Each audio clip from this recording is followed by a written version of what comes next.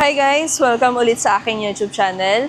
And tara guys, samahan niyo ako na ipakita sa inyo kung ano nga ba yung naging latest ngayong Expander GLS Automatic 2026.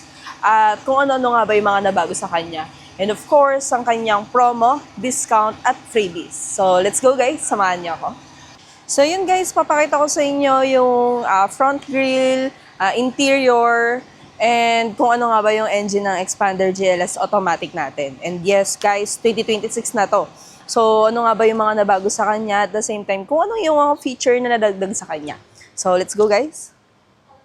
And nga pala guys, bago tayo mag-proceed sa ating discussion regarding sa Expander GLS Automatic, huwag mo kalimutang mag-like, share, and subscribe para at least updated ka sa mga promo na binibigay natin. Let's proceed to our discussion. Interior ng Expander GLS Auto. So dito tayo sa headlight guys. Ang kanyang headlights is LED na.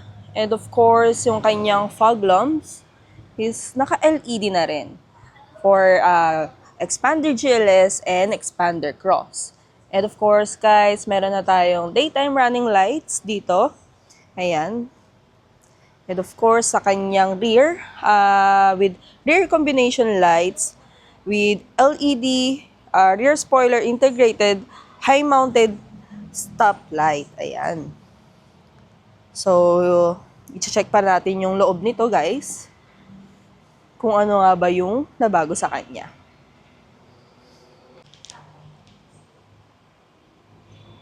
Ayan. So, ganyan ang ating Expander GLS when it comes na pindutin natin sa keypad ang kanyang unlock.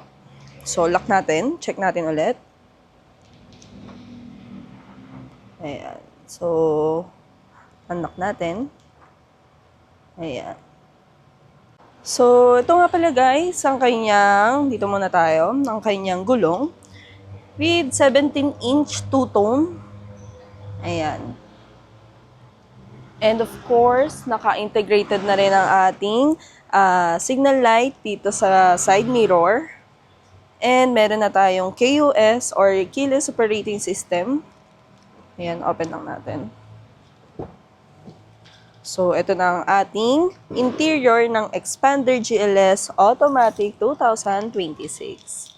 So guys, ito ang ating driver side ni Expander GLS Automatic. And of course guys, meron na tayong hands-free button. And meron na tayong cruise control dito. And of course, meron tayong 3-spoke leather wrap.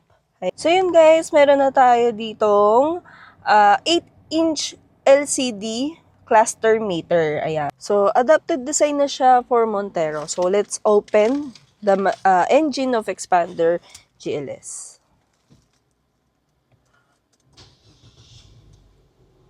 Ayan. So, ito ang kanyang monitor with 10-inch smartphone link display audio with wireless Apple CarPlay and Android Auto. Of course, meron din siyang Bluetooth connectivity, multi-around monitor. Isa yan sa mga bagong feature ni Expander GLS Auto. And, of course, dito banda guys, meron siyang USB port. Ayan. So, check natin yung 360 camera or multi-around monitor. So, ito guys, ang kanyang multi-around monitor. So, meron tayong 1, 2, 3, 4, 5, 6, 7, 8 ways na 360 camera. So, pwede natin siyang ilipat. Ayan guys, ang kanyang itsura. So, ayan, pwede mo siyang ilipat. Pindutin lang natin dito sa ating touchscreen. Yan. So, kayo guys, kung ano yung prefer nyo. So, pwedeng 360, since 360 camera naman siya. Ayan. So, dito sa ating aircon guys, meron na tayong digital control with heater. Ayan. So, ayan guys. Meron na tayo ditong max cool. So, kung meron kayong prefer na aircon, ayan, mode.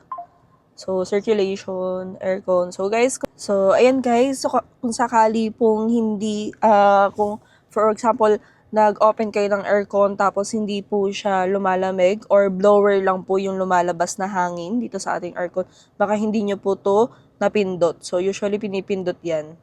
Ito guys, ayan, may lumalabas dito na AC. Ito yan, pag ganyan, blower lang siya.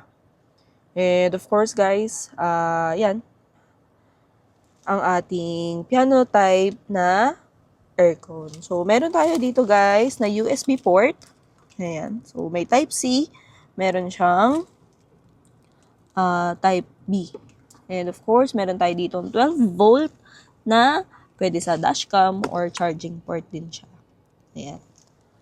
So, let's proceed sa ating transmission. So, ayan guys, for automatic, ang kanyang speed is 4-speed automatic and for manual is 5-speed manual. And of course guys, i-discuss ko lang din sa inyo or sasabihin ko lang din sa inyo yung suspension ng expander. So, ang suspension ng expander for front is MacPherson strut coil spring with stabilizer. And for rear naman is torsion rib. And of course guys, meron tayo ditong OD or overdrive button. Ayan. So, actually guys, naka-on na yan. So, kapag in-off natin yan, may lalabas dito sa cluster meter natin. Ayan. So, may lumabas na OD, off. Ayan. So, pagka pinindot natin yan, naka-on yan. So, automatic naka-on siya. And ang overdrive button natin guys, additional torque po yun when it comes na mag-overtake tayo. Ayan. So, dito naman tayo guys sa ating auto hold and brake auto hold. Ayan. So, naka-automatic na po yung handbrake natin guys. Pagka naka-ilaw po, naka-handbrake po yan. And kapag binaba ko po yan, then walang ilaw, ibig sabihin naka-disengage na po yung kanyang handbrake. So, sa auto hold naman guys, ito yung usually na tinatanong kung paano nga ba ito. So, for example guys, naka-stop tayo sa ating or traffic, ganyan. So, pagka tawag dito, naka-stop tayo sa traffic, pwede natin siyang i-disengage. So, press lang natin tong auto hold button, then may lalabas po dito, ayan. So, yun guys, ang kanyang brake auto hold. So, ito guys, ang kanyang key fob. So, usually naman, dalawa naman talaga ang binibigay natin kay client. And, meron tayo dito ang serial number. So, isa to sa mga importanteng, bagay sa sasakyan. Kasi itong serial number na to guys, pwede tong gamitin when it comes na wala yung, for example, yung key fob nyo. Pwede nyo itong gamitin or ipakita sa kasa para makapag-avail kayo or makakuha kayo ng panibagong key fob once na mawala po yung key fob. So, importante yan guys. Usually, sinasabi namin dyan sa client or sinasabi ko sa client ko na picturean, then i-email yung kanyang number. Kasi sobrang importante yan. Parang isa rin yan sa key fob. So, proceed tayo guys. Yes. Driver sa passenger side. So, usually, ayan, A4 po yung kasya dito sa glove box. Ayan, ng manual. Yan, kompleto naman yan. So, proceed tayo, guys, dito sa likod. So, let's go. So, for dito naman, guys, sa second row ng ating expander. Ayan. So, guys, kung ano lang pala, isa pa rin po sa advice. Usually, sinasabi kasi ni client, bakit hindi ko mabuksan yung pintuan pag nasa loob ako. Baka mamaya kasi guys, naka-child lock po yung ating pintuan sa second row. So usually ginagamit yan sa may mga anak po na medyo bata pa na kailangan laging nakalock. Nabubuksan po yan sa labas. So pwede nyo siyang i-unlock para po matanggal natin yung pagkaka-child lock niya. So ito guys, yung second row nga pala. Actually na-adjust to, itong second row para kung sakali pong matangkad yung uupo sa likod, pwedeng-pwede siya. So, yan, pwede din. Actually, 7-seater to si expander. So, sobrang luwag nito, guys. And of course, meron tayo ditong 8 ways na aircon circulation from front, yan, na aircon. Para at least magpantay yung kanyang lamig hanggang third row. Ayan.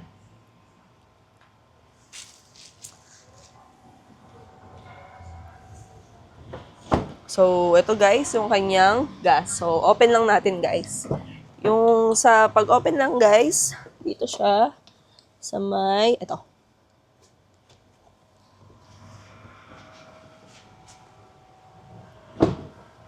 So, unleaded nga pala to guys. So, 1.5 ang kanyang liter and ang kanyang engine.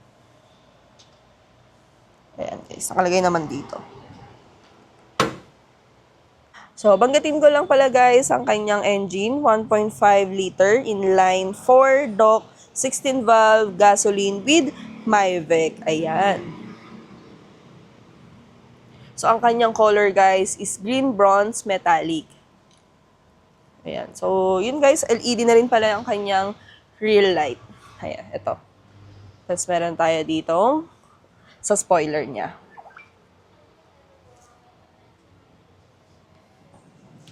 Ayan. So, sobrang quick lang natin guys. And nga pala guys, ang kanyang monthly is 26,063. Ayan. So, proceed tayo sa ibang unit naman. So, ito guys, may Montero dito. So, check natin. Feeling ko Montero manual to. Dahil wala siya ditong DRL. Kasi si Montero automatic, naka-DRL na yan. So, check natin yung loob guys, yung itsura ng Montero manual. Actually, 2026 na to guys. Yes, 2026 na yung ating Montero na nire-release. And yes, manual nga siya guys. So, kung ako sa inyo guys, mag-avail na rin kayo nito hanggang December kasi naka-zero down payment pa rin si Montero manual 2026. And check natin guys kung may nabago nga ba. So usually yun yung tinatanong, facelifted na nga ba si Montero? Bago na nga ba? Guys, hindi pa po. Year model pa lang po ang binabago kay Montero. And posible guys, tumaas ang kanyang SRP. So wala pa rin kaming idea guys. So zero down payment guys for Montero manual. And 69,000 down payment for automatic. Ayan. So, yes guys, totoo po yung ating freebies dito sa Montero. So, meron tayo ditong hood emblem. Ayan, nalagyan po natin ng hood emblem yan guys. Then, lalagyan natin, meron din yan dashcam sa loob. And of course, meron din tayo ditong side fender flare. And sa gulong, yes guys, meron tayong free swap mugs. Depende po sa inyo yan kung two-tone or black mugs. And of course, meron tayo ditong set garnish. So, since set garnish siya guys, meron sa headlight and door garnish. Meron din tayong ibibigay sa side step seal, deep dish matting, and steering wheel cover, HD dashcam, then maglalagay tayo dito ng rain visor. Yes guys, lahat yan freebies. So free yan when it comes na mag-avail ka ng Montero Montero manual, zero down payment, and guys, for financing only lang siya ha. Yung mga freebies na binanggit natin. So, usually, nagtatanong kasi karamihan din yung mga gustong bumili ng cash transaction. So, sorry guys, kasi hindi po natin pwedeng i-avail or ibigay yung mga freebies natin for Montero manual na cash transaction. Dahil, honestly guys, wala po talagang kikitain doon si, number one, si dealer. And of course, kaming agent. And yes, meron din tayong car cover, early warning device, dalawang mug, and of course, umbrella, keychain. Ayan, so meron din tayo ditong tailpipe. Dahil ito lang yung kanyang pipe. Meron din tayo ditong rear step seal. Ayan. Sobrang daming freebies guys, no? Lahat yan free when it comes na mag-avail kayo ng financing na Montero. So, applicable din yan guys for Montero Automatic 2026. Ayan.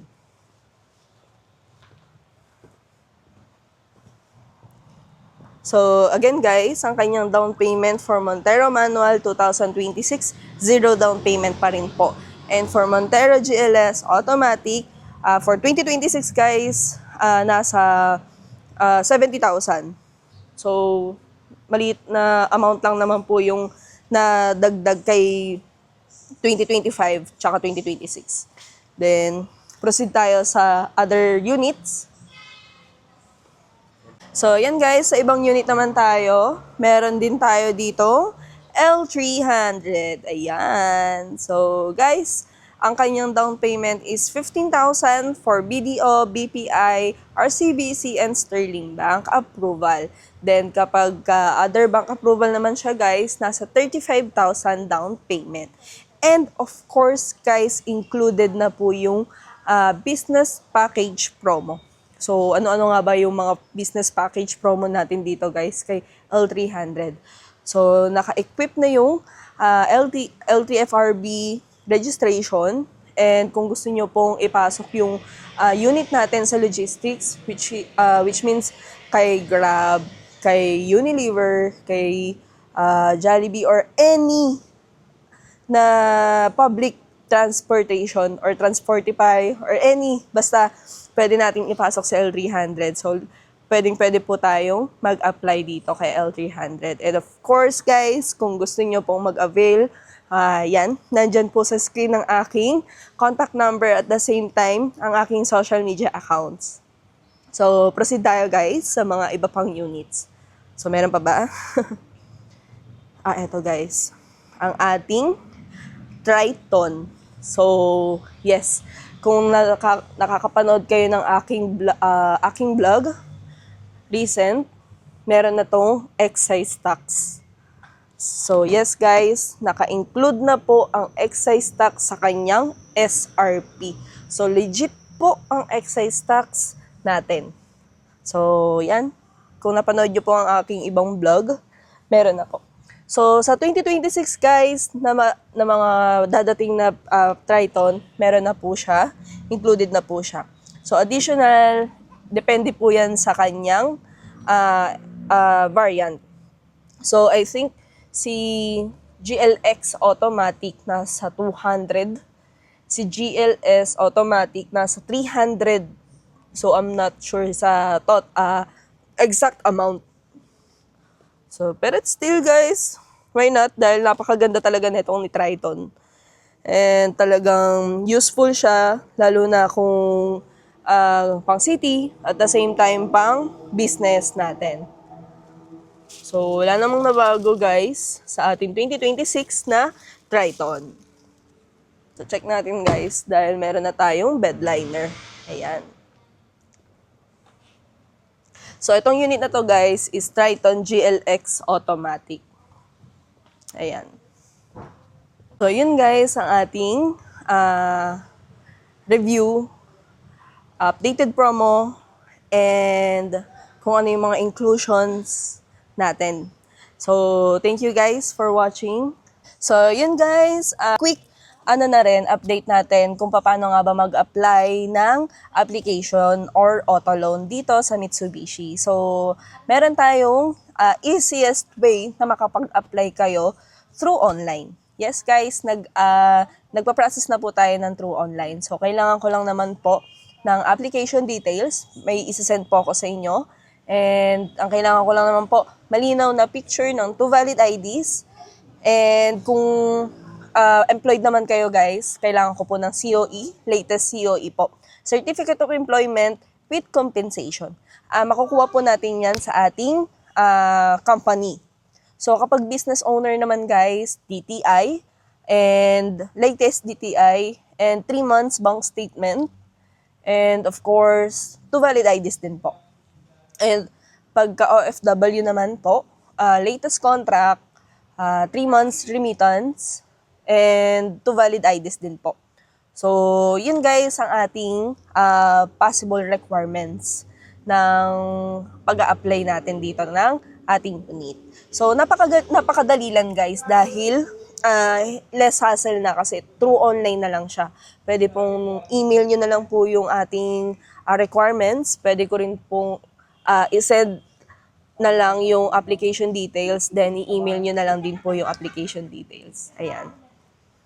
So, yun guys, thank you so much for watching. Dahil, anong oras na rin dito sa Mitsubishi. So, ang ating branch guys, Mitsubishi, Jose Abad Santos, Manila. And I'm Madeline Vergara, your sales executive here at Mitsubishi, Jose Abad Santos, Manila. Thank you so much for watching guys. Huwag mong kalimutang mag-like, share, and subscribe para at least updated ka sa aking promo. So, thank you guys for watching.